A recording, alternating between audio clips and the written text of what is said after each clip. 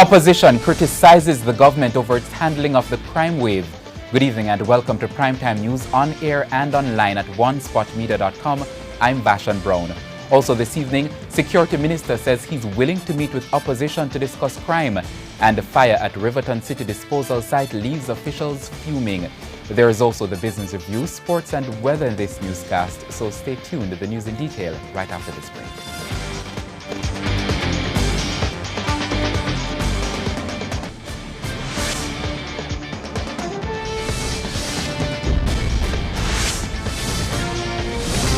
Welcome back to Primetime News and a very special welcome to the viewers watching on onespotmedia.com.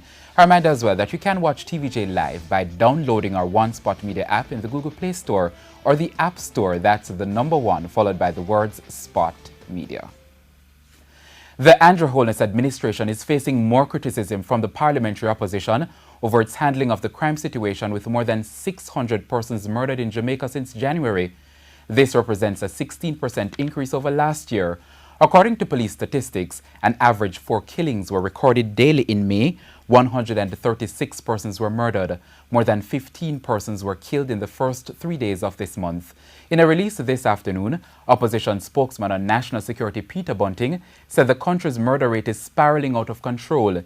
He added that the opposition is gravely concerned as these murders are happening right across the country, with only 2 of the 19 police divisions showing any improvement. The opposition says it is offering to partner for a national mobilization to fight crime.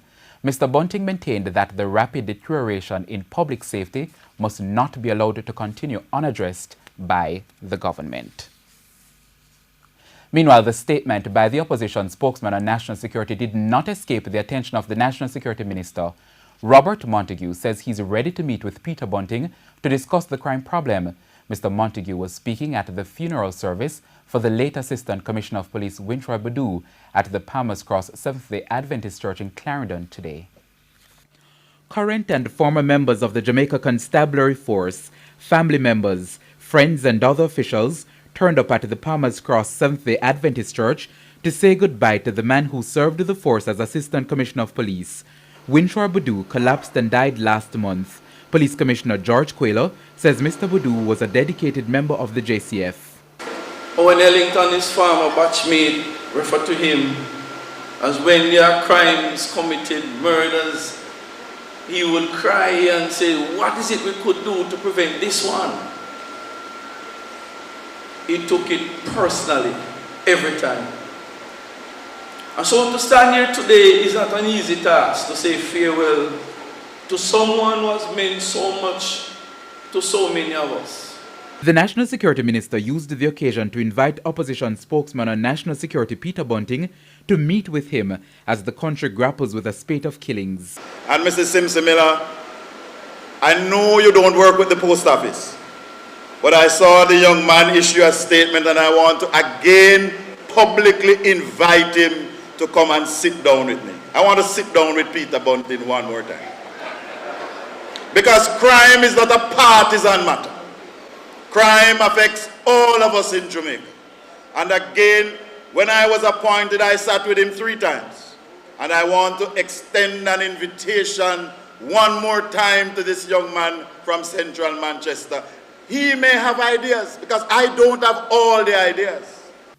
Mr. Montague says the police will soon have more resources to do their job. He says he has accepted a recommendation from Mr. Bodu. He told me that the divisional officers, when they are to do inspections, sometimes they are short of vehicles. Sometimes they have to do their own use their own vehicles. And that the government ought to provide vehicles for the duty officer in the division to do inspections, especially at night. He says the government has started the process to procure 19 mid-sized sport utility vehicles SUVs to be assigned to the divisional duty officers. Active consideration, he says, is also being given to purchasing 5 vehicles for area duty officers. Meanwhile, with the recent spate of killings across the island, at least one public commentator believes Jamaica is facing a national security crisis. Martin Henry was among the guests on RJR's weekly news review program That's a Wrap this afternoon. We have more in this report. The country's crime rate has been a hot topic within the past few days, especially with the number of multiple shooting incidents in Clarendon. Public commentator Martin Henry says national security is a public emergency that needs more resources. He says with all the talk about community policing, the hard policing of dismantling gangs, entering certain difficult communities, and maintaining law and order are important first steps to reduce the bloodletting. I have long articulated, long argued that the police commanders in the geographical divisions and in the operational divisions should be held far more responsible for delivering results. And they should bawl far more loudly about what they need to deliver those results. The murder rate is signaling a national security crisis. Attorney at law Nicole Gordon says she agrees that hard policing is important, but she says the country must also focus on addressing the social ills. We don't want to because we don't see those results until 20 years' time. But those are the seeds that we have to sow now in order to reap the rewards later on. Meanwhile, another attorney, Clive Monroe Jr., says he believes the police can do more to detect problems in certain communities. Is it simply to see policing as a terminal event so that you come after the fact, post facto? Or is it to assess these things and stem the flow in a systematic and analytical way before they come? I am of the latter view, because that is a part of the policing, and it drives the positivity of policing because it then makes other people feel confident enough to assist the police. But if it's always post facto, then I'm on my own, because after I'm dead I can't call anybody. And still on crime, the police in Clarendon are partnering with school officials and targeting parents to reduce the number of youngsters behind bars and those involved in criminal activities. Commanding Officer Vendalyn Cameron Powell says the problem is greatest among students from volatile communities, but a few schools are being targeted. Here is TVJ's Krista Campbell. For the past several years, Clarendon has been among the most challenging parishes as far as crime is concerned. A triple murder in the community of New Bowens and other shootings before that have again put the parish in a negative light. Now, the commanding officer for the parish, Superintendent Vendalyn Cameron Powell, says she's seeing more youngsters getting involved in criminal activities and helping to push crime figures up. The population in my various lockups, they are from certain schools in the parish. And that was what pushed me to call in the deans of discipline and guidance counselors Wednesday morning. We had a good meeting and looking at the way forward. 6 schools are being targeted under a program designed to also address what Superintendent Cameron Powell says is a breakdown in parenting. There are a number of youngsters who sometimes we realize that they're not in school, they're on the roadway, and my officers going through at night, sending them off the roads. And I can tell you that it's not only in Clarendon, but parenting in Jamaica is a cause for concern. Because when we pick up these youngsters sometimes off the roadways at night, the parents don't even know that their children are outside. When we clear them from the town centers, they don't even know that they're not yet home from schools. So now a partnership between the police and school officials, which will see the formation of police youth clubs in schools. Superintendent Cameron Powell says the crime issues are greatest among children from volatile communities. Children are the offsprings of some of the gangsters and the persons of interest, so the whole process continues. So they were not manufactured by the school, they got them like that. Krista Campbell, TVJ News. The Manchester police have charged the Porus High student accused of the fatal stabbing of a schoolmate last week. The 16-year-old boy was charged on Friday. He's booked to appear in the Children's Court on June 15. The teenager is to stand at trial for the murder of 17-year-old Ronaldo Dixon. Ronaldo was fatally stabbed on the school compound on Wednesday. A fire at the Riverton City disposal site in St. Andrew Friday night into Saturday morning has left officials of the National Solid Waste Management Authority NSWMA fuming. The blaze was brought under control, but a team from the entity toured the facility today, expressing concern as it's suspected that arsonists are responsible for this and several other incidents. Here's TVJ's Herman Green. For NSWMA Executive Director Audley Gordon, there's no doubt that the recent fires were deliberately set.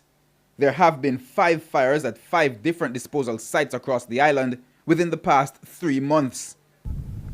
Retirement in St. James, Myersville in St. Elizabeth, Haddon in St. Ann, Doctors Wood in Portland, and Friday night into Saturday morning, the Riverton where we are currently standing. We don't think that this is coincidence. The 5 fires, he says, has cost the entity close to $15 million so far. Mr. Gordon says, based on investigations, it's believed that individuals are deliberately setting the fires in an attempt to sabotage some recent efforts of the NSWMA. And I use the word sabotage, and I use it strongly, because we are trying to do some things differently at the NSWMA. We are trying to professionalize the organization. We are trying to change the way we do business, to be more frugal in our spending, and trying to cut out some of the leakage that would have happened based on our historical evidences. And what we are seeing now is that obviously people are upset. Another motive identified is that the fires are an attempt by some to force contractual employment to extinguish the fires.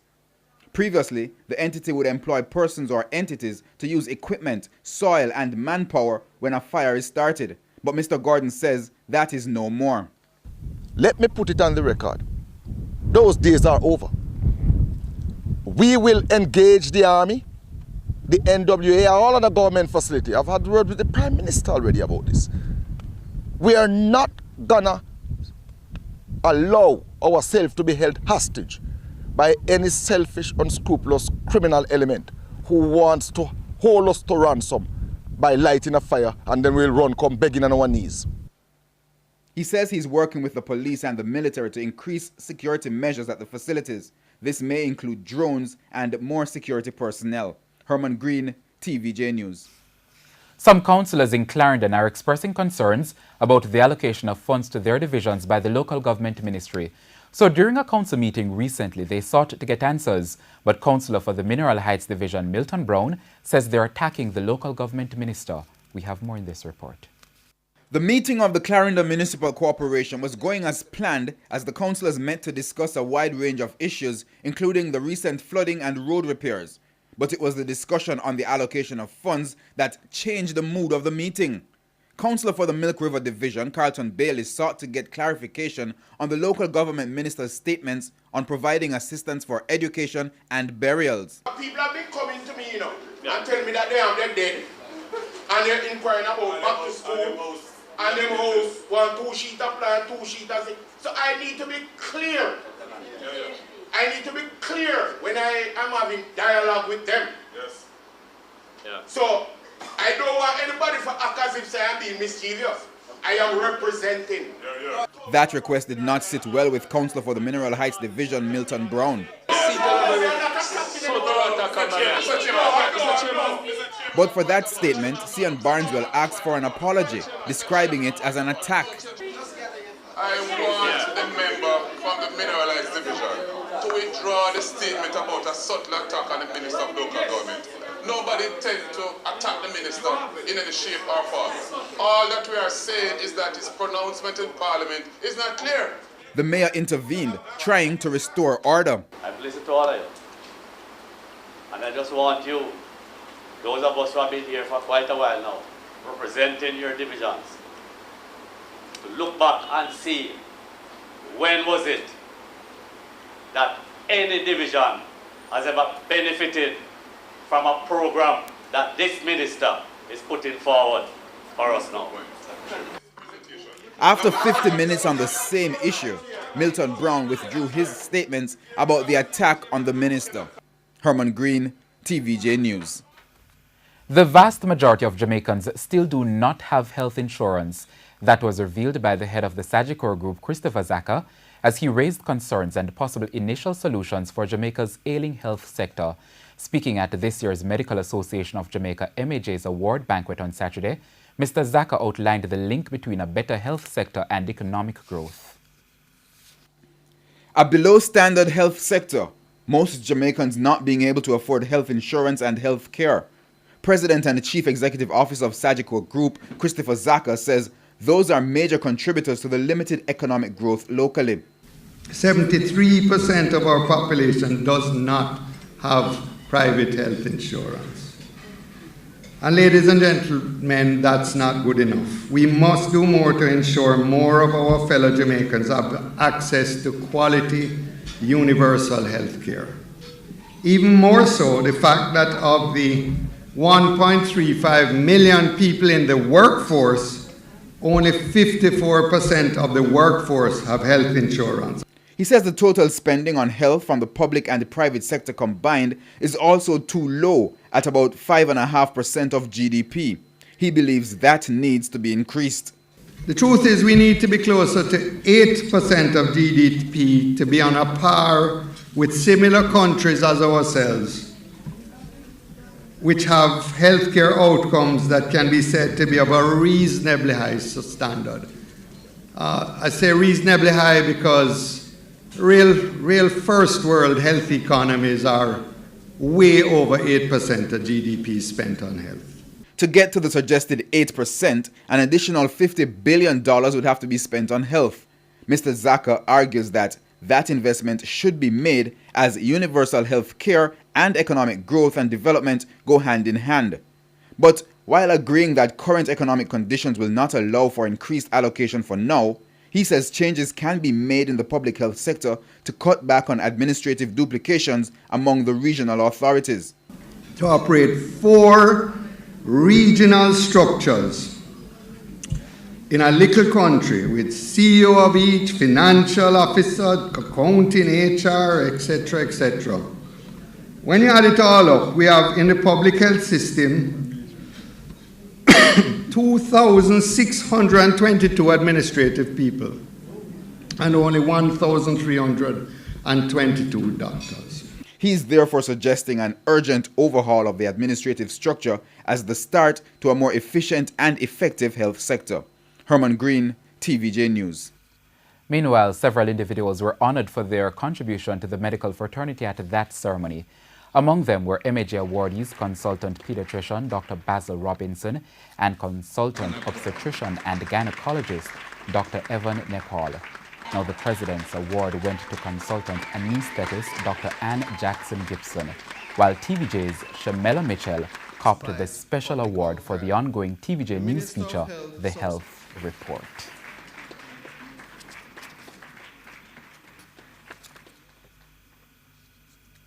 Congratulations, Shamela.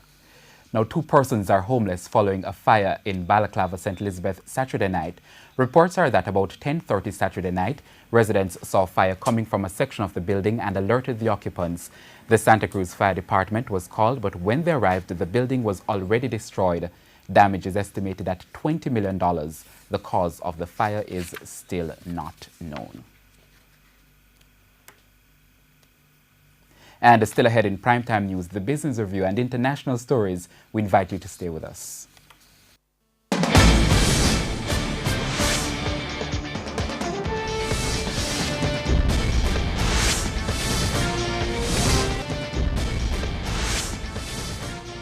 This is your Business Review. I'm Dwayne Burbick. The Business Review this week drills down into the recently announced plan to create a new urban center for Morant Bay at the old Goodyear Tire Factory in St. Thomas. Chairman of the FCJ, Littleton Tanny Shirley, says it's a plan that will cost $5 billion, with the hope the redevelopment can start before the end of this year. When I mean urban center, I mean creating the synergies or fusion of government services with private sector services that would be allowing for small business, small manufacturing to piggyback on the big companies by virtue of their client base, by virtue of all the mixture of activities that could take place under one zone. Just building out that space alone will create hundreds of jobs. And despite previous plans to redevelop the old tire factory not being realized, Mr. Shirley says he's confident that this newest proposal will be done.